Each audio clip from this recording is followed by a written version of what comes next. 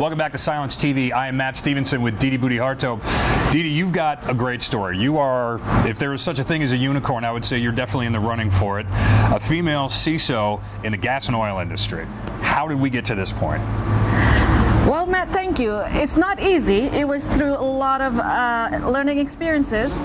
I came in the United States without speaking English, not having any family, and the only job I could get on campus was janitorial work because I didn't have to speak English. But I wanted to learn how to clean the American way, so I did my best to be a janitor. You may think, why am I answering your question through my janitorial experience? And well, because that taught me that no job is ever too small to be ignored. Through that experience, I learned the hard way how to appreciate the importance of details. And from there on, it was a lot of mentorship coming from other people as well, people I admire.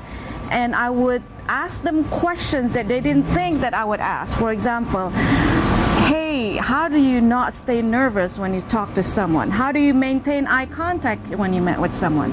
Because the culture where I came from, I was taught not to look at someone in the eyes when you speak to them because that is rude. And so I had to adjust with that development.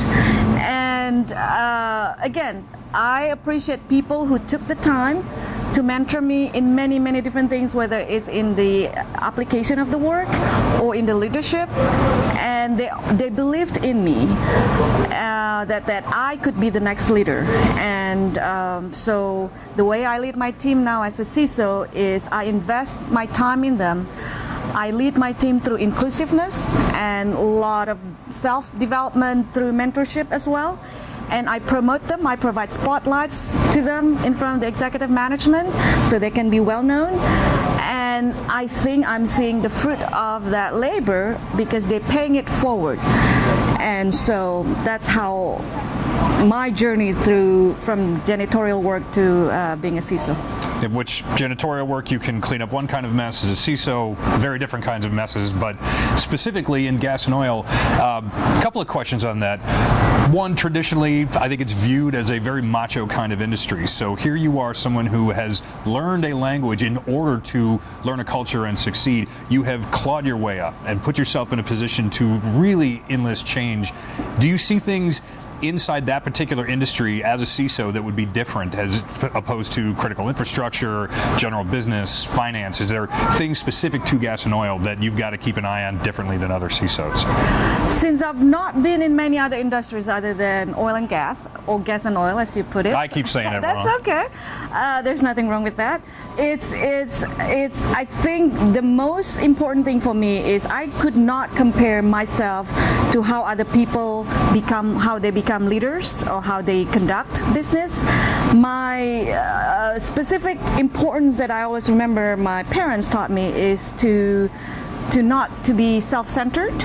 When you walk in the room and you're not perceived as being a leader because I'm female and I'm, vertically challenged.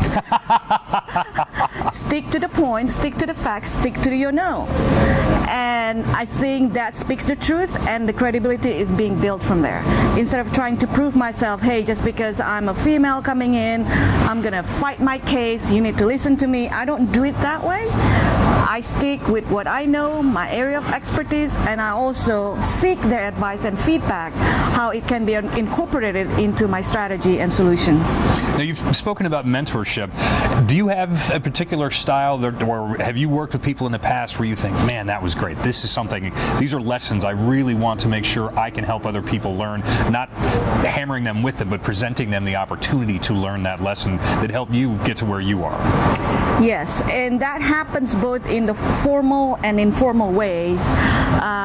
For example, my previous mentor, the way he would help me solve problems or anything that I would encounter, he said, Didi, you let me know when I need to clean the road, the path for you so they can move forward. And that stuck with in my mind, and I paid that forward when doing the informal, meaning that interaction with my team daily, if they encounter a roadblock in, for example, trying to implement a solution, I would guide them how to approach it versus me solving the problem for them, because it gives them an opportunity to be that problem solver, and then this is their area that they need to own it, and they should be proud of it. But I'm helping on the sidelines, making sure that the path is clear for that particular person is successful. Now, on the formal side, I do have a mentee. I have several mentees, and that especially one of them is a woman and young lady whom I really, really love working with. We've never met in person, but we speak about once a month, and I provide my time to her to see what kind of challenges that she faces, whether it's in the people, the process, or the tool itself. And it's very rewarding because I remember those type of lessons I learned and encountered, and people helped me, or I did it myself, and I was able to share that with her. Now, we spoke a little bit off camera about some work that you're doing with younger generations, specifically with regard to STEM.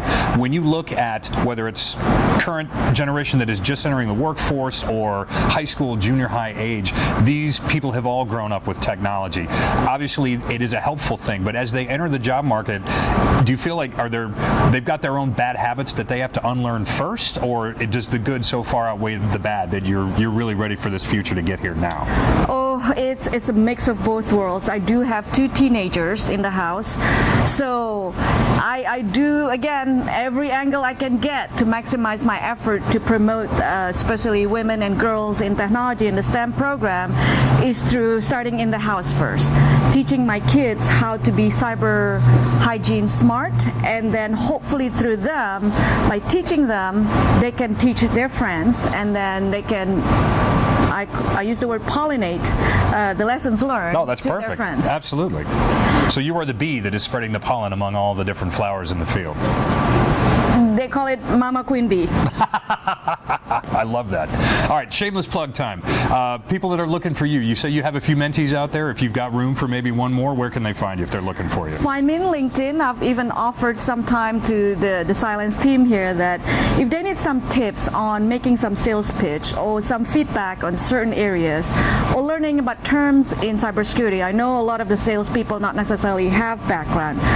Find me in LinkedIn. I'd be happy to take the time to talk to you on the phone and help you going through that journey, because to me it's a win-win.